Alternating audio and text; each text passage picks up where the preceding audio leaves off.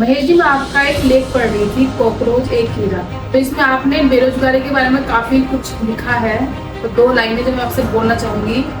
काम सिर्फ उन्हीं के पास नहीं है जो किसी काम के नहीं है। मतलब आप कह रहे हैं कि सबके पास काम है, बस केवल काम उन लोगों के पास नहीं है जो किसी काम के नहीं है। तो जितने लोग रो रहे हैं, दुखी हैं कि हमें रोजगार नहीं मिल रहा, सड़कों पर उतर रहे हैं, बेरोजगार हैं, गवर्नमेंट के पीछे लगे हुए हैं, तो आप मतलब क्या कहना चाह रहे हैं कि वो लोग गलत कह रहे हैं? मैं ये कहना चाहता हूँ कि बेरोजगारी से पहले सवाल ये आना चाहिए कि बेरोजगार क्यों है, बेरोजगार आदमी क्यों है। क्वेश्चन ये उठना चाहिए, ये नहीं होना चाहिए कि बेरोजगारी है, ये होना चाहिए कि बेरोजगार क्यों है। आप जो आदमी ये कह रहा है कि मैं बेरोजगार हूँ, उसको अपना एनालिसिस क्या करना चाहिए पहले कि मैं बेरोजगार क्यों हूँ, ऐसी क्या मेरे अंदर कमी है जो मैं बेरोजगार हूँ। मेरा मानना ये है। और जब तक वो इस तरह की बातें अपने आप से नहीं करेगा एक बेरोजगार आदमी, तो वो जाहिर है उम्र भर बेरोजगार रह सकता है। इसका जो समाधान है बेरोजगारी का, जो मैं कह रहा हूँ, मेरे हिसाब से जो मुझे लगता है, उसका समाधान ये है कि वो अपने आप से नहीं पूछ रहा कि मैं बेरोजगार क्यों हूँ। और जब तक वो नहीं पूछेगा, जब तक वो अपने आप से नहीं पूछेगा कि मैं बेरोजगार क्यों हूँ, तब तक वो बेरोजगार ढूंढेगा भी नहीं, तलाश भी नहीं करेगा रोजगार को। ना उसे ये पता लगेगा कि मैं बेरोजगार क्यों हूँ और मुझे ऐसा क्या करना चाहिए ताकि मैं बेरोजगार ना रहूं।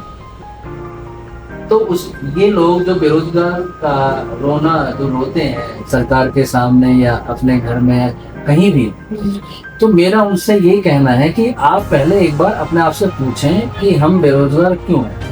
अच्छा, मुझे लगता है जो इसका कारण है मेन, जो मुझे लगता है वो इनका आलस है। कि ये आलसी हैं।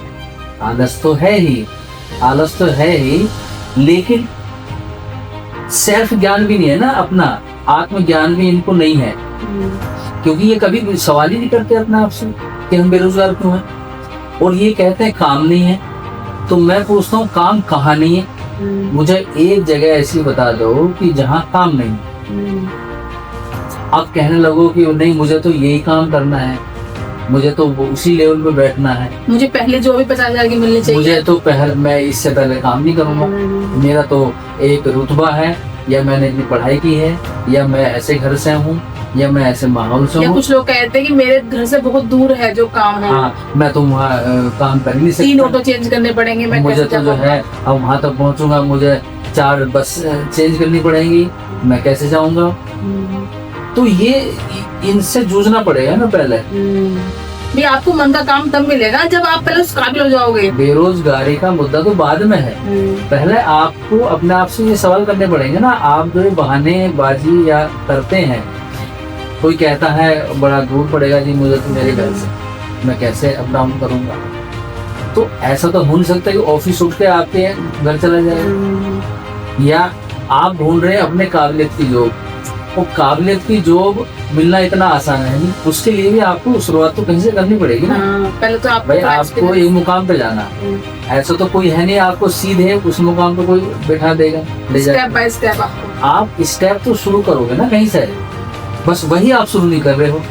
और जब वो शुरुआत हो नहीं रही है तब तक आप बेरोजगार हो। और बेरोजगार जो हो आप अपनी ही वजह से हो, ये किसमें ना सरकार का रोल है न किसी दूसरे कोई रोल है, आप बेरोजगार हो सिर्फ अपनी वजह से।